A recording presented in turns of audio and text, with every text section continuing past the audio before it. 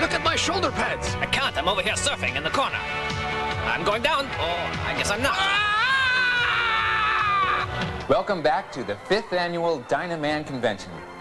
I'm Tom Quinley, your host. Later on this evening, we're expecting a visit from Whooshy. That's Dyna Red, of course, and he's on his way here in the Dyna ship, even as we speak. We're also expecting a visit from Dyna Beige, a former member of the Dyna Kids. And of course, we're going to be opening the Dynaman Vault, closed 5 years ago after the last Dynaman cast party. So let's go and take a look at the action down on the convention floor.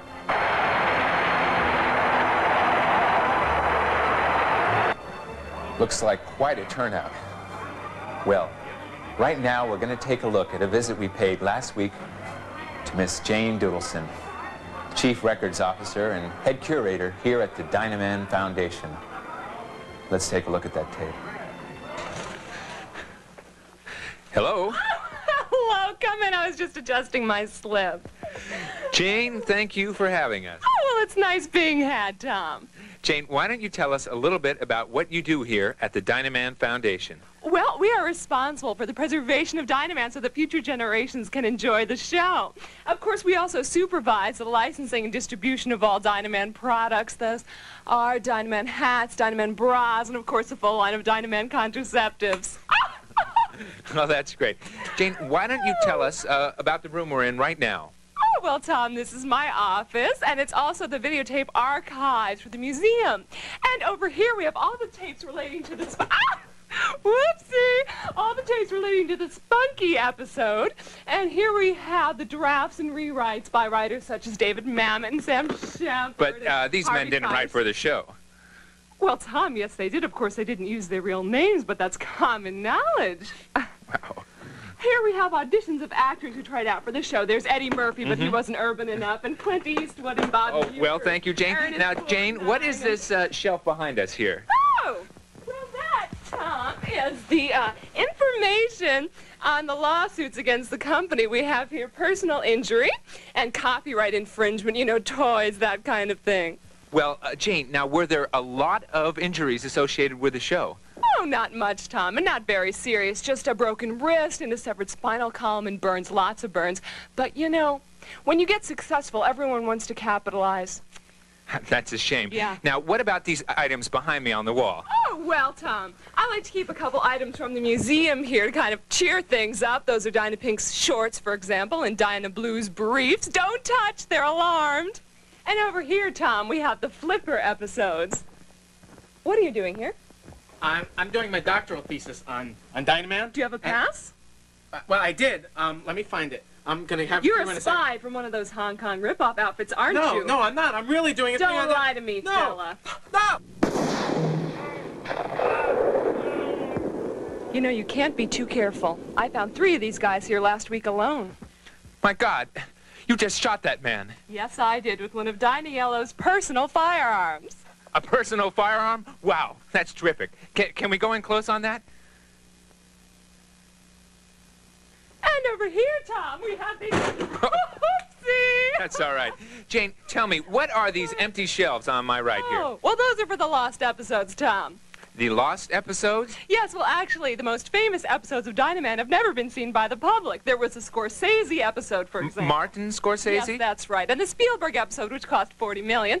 And the Hitchcock episode, which, of course, had all the violence implied. All these directors directed Dynaman. Yes, they did, and they did it for scale, too, Tom. Except Coppola, and his took 4 years to complete, and then there was a tragic John Landis episode. How were these episodes lost? Well, Tom, I think I left them on the bus.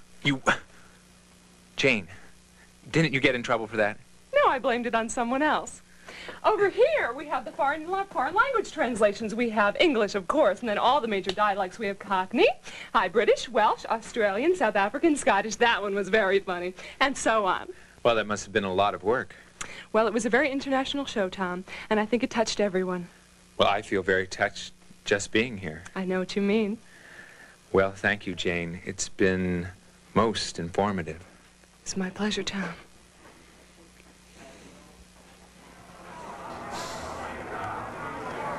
Well, we're back live at the Dynaman convention. and we are now going to take a look at some of the baddies of Dynaman. And of course, I mean Bernie Tanaka, Mel Fujitsu, Lucy, Nigel, and those crazy lizards that are always keeping the Dyna kids on their toes. So let's look at some classic cuts of evil scheming. Meet the face of terror. I go away for 1 week, I come back, the place is filled with dancing lizards. This is a place of evil, not a rehearsal hall. Nigel, Mel, did I say you could make a movie? You lizards, stop dancing!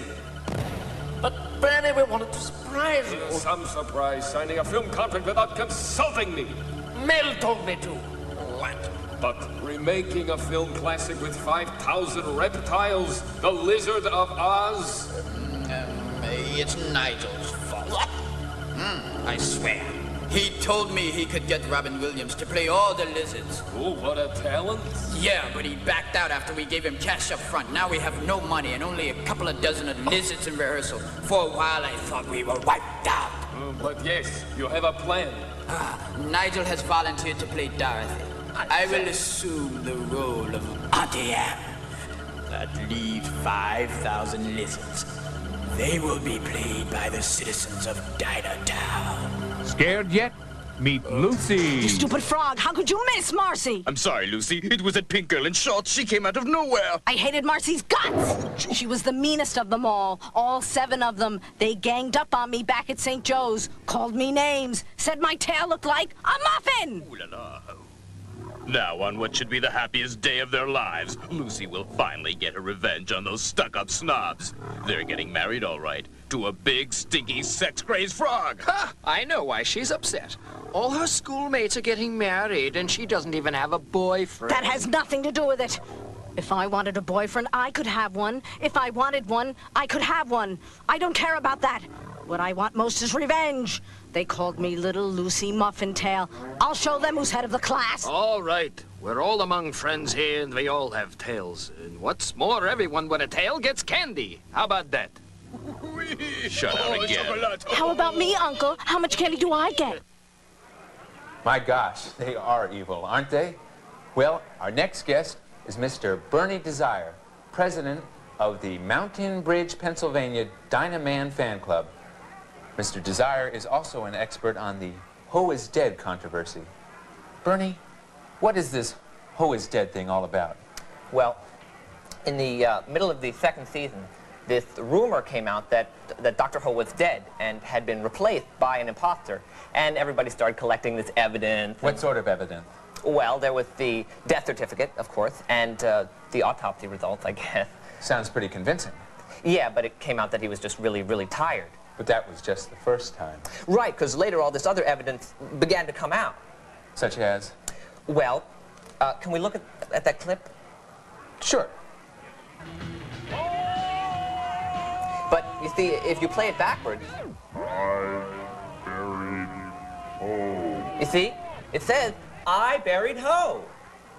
Bernie, I'm not really sure you can be absolutely positive about that. I mean, that could say, no. I carried Ho, or No. I carried Ho, No. I married Ho, Said, I'm very bored, fry buried dough, Ho. I buried Ho. drive Sherry home, my stereo, Shut up! my mink stole, Shut up, why I'm carry going on? home. I'm going home. Listen, it came out in the end that he was dead. They used a dead actor all that time. That's right. That's right, and it's a pretty incredible performance for a dead guy. Yeah, I guess so. See, that's why he never shows up at the end of the episode. They couldn't keep him out of the fridge too long.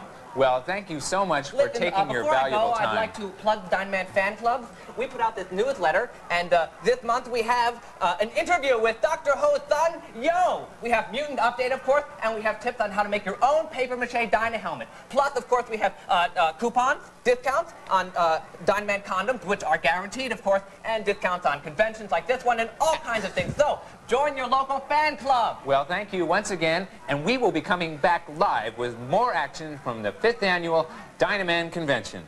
Okay, cut the sweet talk, Mel. If I don't see some lizard action soon, I'll send you to Hollywood.